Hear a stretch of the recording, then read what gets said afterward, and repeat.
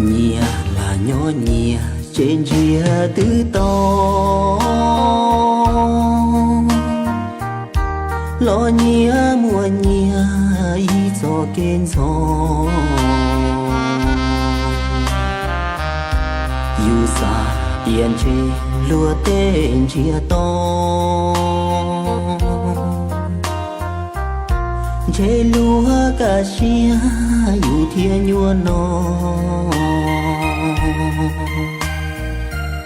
Nhẹ nì mua nhẹ do kê nhua xia, chỉ tao ua kê chỉ thà chỉ bia. Luôn chia yêu lo cả chia cơ kia, tia chỉ khó tia cho nhẹ xia.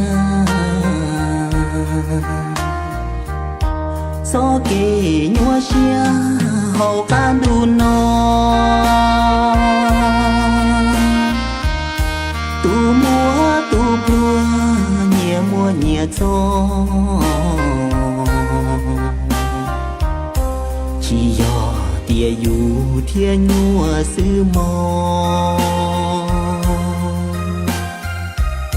xa trâu tê chờ tia ly xa nhỏ. Tên rau kỳ nhua bò yêu khó mua, chế chúa san rong trâu cho kế tu. Chỉ mua hào kê toàn đê tàu đô, nhẹ ua nhẹ nắng cha nì nhua nhua. Tò mua tầng lên do xìa tuôn thô, chế gió lỡ khờ tàu tu kê nó. Tò ca lo trâu toàn đê lon xó, thia ua xia tua chỉ ua nên nhau.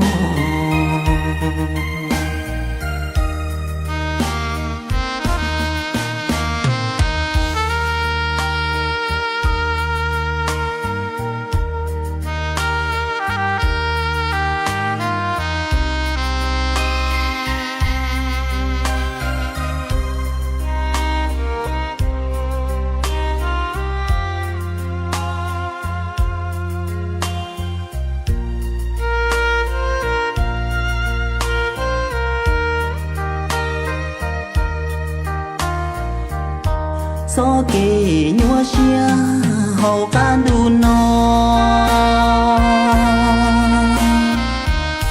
tu múa tu plua nhẹ mua nhẹ cho. Chỉ do tia yêu thiên nhua sư mò, xa trâu tê chờ tia ly xa nhỏ. Tên rau kê nhua bò yêu khó mua, chế chúa san rong trâu cho kê tu. Chỉ mua hào kê toàn đê tàu đô, nhẹ ua nhẹ nắng cha nì nhua nhua. Tò mua tầng lên do xìa tuôn thô,